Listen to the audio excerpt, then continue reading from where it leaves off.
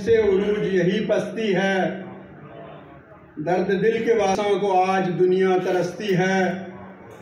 दुनिया की महफिलों से उकता गया हूँ या रब, दिखा दे वो जा जहाँ तेरी रहमत बरसती है।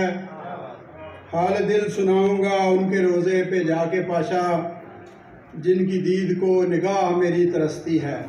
गल्लां करने हो इसना मतलब है डरने हो, लुक गल्लां करने हो इसना मतलब है डरने हो।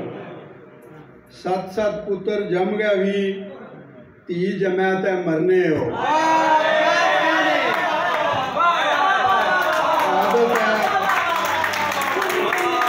आदत है या फितरत है, अग्गां लाला ठरने हो।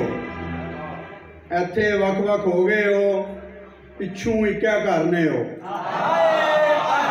आप सबकी